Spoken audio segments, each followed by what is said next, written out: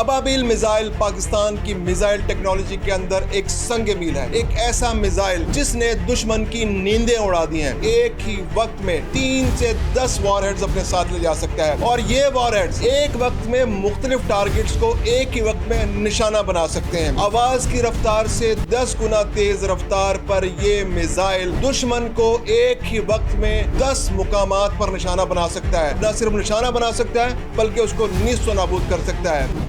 अस्सलाम वालेकुम। जिस तरह अबाबिलों के झुंड ने अब्रहा की फौज को नीस्तो नाबूद कर दिया था, बिल्कुल उसी तरह अबाबिल मिसाइल में ये सलाहियत मौजूद है कि वो चंद मिनटों में दुश्मन को नीस्तो नाबूद कर सकता है। एक ऐसा मिसाइल जिसके अंदर ये सलाहियत मौजूद है कि वो एक ही वक्त में 3 से 10 वॉरहेड्स अपने साथ ले जा सकता है और ये वॉरहेड्स एक वक्त में मुख्तलिफ टारगेट्स को एक ही वक्त में निशाना बना सकते हैं। यानी कि आवाज़ की रफ्तार से 10 गुना तेज़ रफ्तार पर ये मिसाइल दुश्मन को एक ही वक्त में 10 मुकामात पर निशाना बना सकता है और न सिर्फ निशाना बना सकता है बल्कि उसको नीस्तो नाबूद कर सकता है।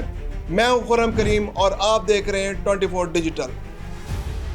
अबाबिल मिसाइल पाकिस्तान की मिसाइल टेक्नोलॉजी के अंदर एक संग मील है। एक ऐसा मिसाइल जिसने दुश्मन की नींदें उड़ा दी हैं।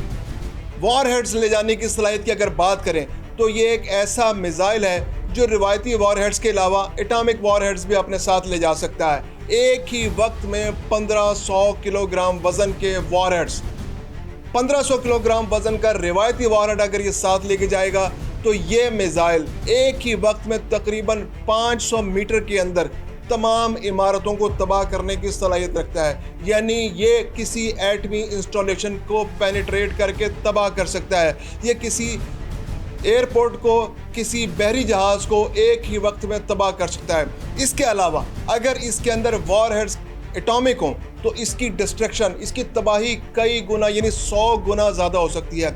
ये इसके अंदर एक ऐसा निज़ाम है जिसको MIRV सिस्टम कहते हैं। एक ऐसी टेक्नोलॉजी जिसके तहत आप एक ही मिसाइल के अंदर 3 से लेके 10 वॉरहेड्स अपने साथ ले जा सकते हैं। यानी जब ये मिसाइल फ़िज़ा में पहुंचेगा तो ये रास्ते में दोबारा से उन 10 वॉरहेड्स को ट्रिगर कर सकता है और वो 10 वॉरहेड्स हवा के अंदर मुख्तलिफ डायरेक्शंस में एट ए टाइम ट्रेवल कर सकेंगे।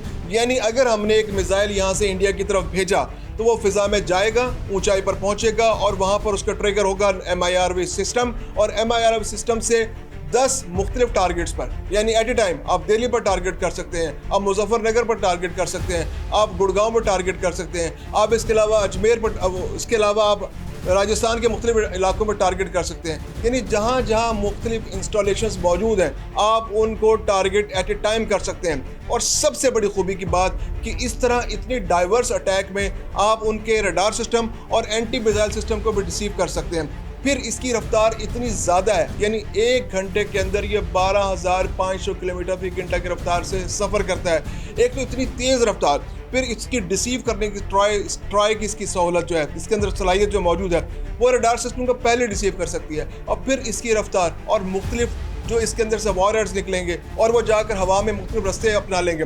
तो अगर किसी एक आध वॉरहेड को भी टारगेट कर लिया जाए तो बाकी 9 वॉरहेड्स अपने अहदाफ पर पहुँचने की सलाहियत मौजूद रखते हैं। तो इसलिए इंडिया के पास ऐसा कोई एंटी मिसाइल सिस्टम नहीं जो MIRV टेक्नोलॉजी का मुकाबला कर सके। MIRV टेक्नोलॉजी के तहत जो वॉरहेड्स हवा में बिखर कर एक ही वक्त में 3 से 10 टारगेट्स को निशाना बनाने की सलाहियत रखते हैं, उनके एंटी मिसाइल सिस्टम्स उसको निशाना नहीं बना सकते। और रडार सिस्टम को तो मैंने आपको बता ही दिया, उसकी इतनी तेज़ रफ्तार है और वक्त इतना महदूद है। यानी हमने कल भी बात की थी कि शाहीन 3 की जो रफ्तार है 12,500 किलोमीटर, उतनी ही रफ्तार इस अबाबिल मिसाइल की भी है।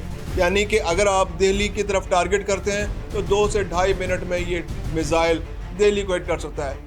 बम्बई के लिए इसको सिर्फ 4 से 5 मिनट चाहिए, कलकत्ता के लिए भी इसको 5 मिनट चाहिए, लखनऊ के लिए 3 से 4 मिनट चाहिए।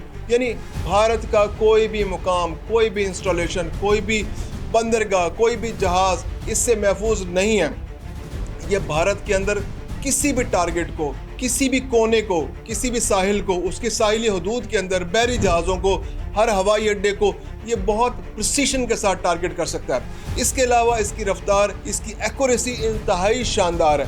फिर MIRV टेक्नोलॉजी इसको दुनिया में मुमताज़ करती है, इसका कोई मुकाबला भारत के पास नहीं है।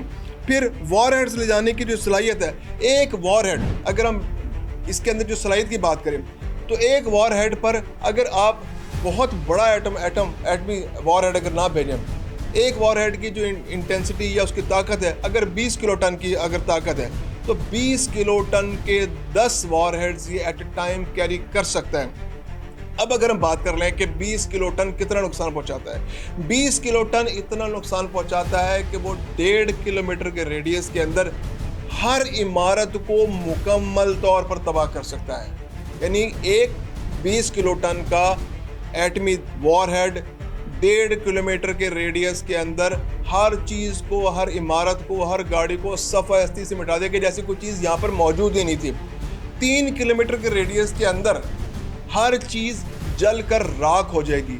10 से 15 किलोमीटर के अंदर भी चीज़ों को आग लग जाएगी। इसलिए तकरीबन 15 किलोमीटर के रेडियस के अंदर किसी लिविंग थिंग का बचना तकरीबन नामुमकिन है। यानी एक ऐसा वॉरहेड जो एट ए टाइम 15 किलोमीटर के रेडियस में नुकसान पहुंचा सकता है, और अगर एक मिसाइल इस तरह 10 टारगेट्स को एट ए टाइम हिट करेगा तो आप सोचें कि नुकसान कितना शदीद होगा।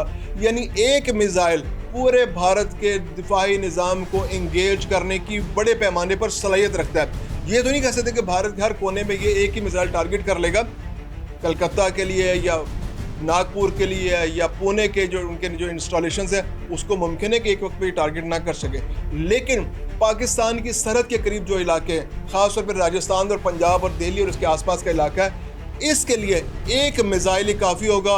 और MIRV टेक्नोलॉजी के ज़रिए वो एक ही वक्त में 10 टारगेट्स को, अगर एटॉमिक वॉरहेड्स हों तो वो बहुत शदीद पैमाने पर नुकसान पहुंचा सकता है। इसके अलावा अगर आर्मी की बहुत ज़्यादा डिप्लॉयमेंट है और बहुत ज़्यादा उनकी कमांड्स हैं, उनके ब्रिगेड्स हैं, उनके एयरपोर्ट्स हैं, उनकी ऐसी इंस्टॉलेशंस हैं, उनको बहुत प्रिसीशन के साथ वो टारगेट कर सकता है। इस मिसाइल का नाम अबाबील एक बहुत पुराने एक वाक़े से लिया गया है। रसूलुल्लाह सल्लल्लाहु अलैहि वसल्लम की पैदाइश जिस साल हुई थी उसको आमिल फील कहते हैं। आमिल फील यानी हाथियों का साल। हाथियों के साल क्या वाक़या हुआ था कि यमन के एक बादशाह ने ये फैसला किया कि वो खाना काबा को मस्मार कर देगा, और वो हाथियों का एक लश्कर लेकर खाना काबा की तरफ चल निकला।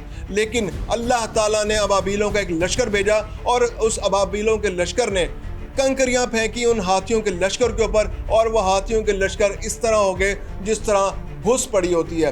तो इसी तरह पाकिस्तान का ये जो मिसाइल अबाबील है, इसके अंदर भी ये सलाहियत मौजूद है कि ये अबाबीलों के झुंड की तरह ऊपर से वॉरहेड्स फेंकेगा। एक ही वक्त में एक से ज़्यादा वॉरहेड्स फेंकने की सलाहियत है, और वो वॉरहेड्स दुश्मन को उसी तरह निस्तो नाबूद कर देंगे जैसे भूस होता है। अगर हम बात करें, उसका कंपैरिजन करें अबाबील का शाहीन 2 और शाहीन 3 के साथ, तो शाहीन 2 और शाहीन 3 जो है वो एक ही टारगेट को हिट कर सकते हैं। यानी इसमें फ़र्क ये है कि रफ्तार आलमोस्ट बराबर है, उसकी इंटेंसिटी भी, उसकी रफ्तार भी, उसकी हिट करने की सलाहियत भी उतनी ही शदीद है।